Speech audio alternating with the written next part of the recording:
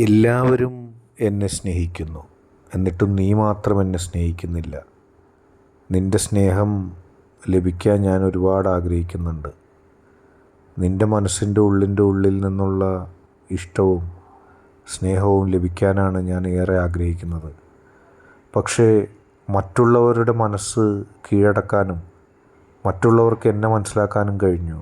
പക്ഷേ എന്നിട്ടും നീ എന്നെ സ്നേഹിക്കുന്നില്ല. നീ എന്തുകൊണ്ട് എന്നെ സ്നേഹിക്കുന്നില്ല?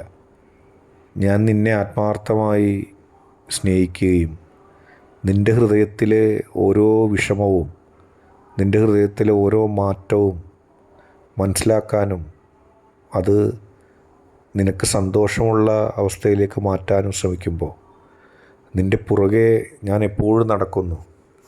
എന്നിട്ട് നീ എന്നെ പരിഗണിക്കുന്നില്ല.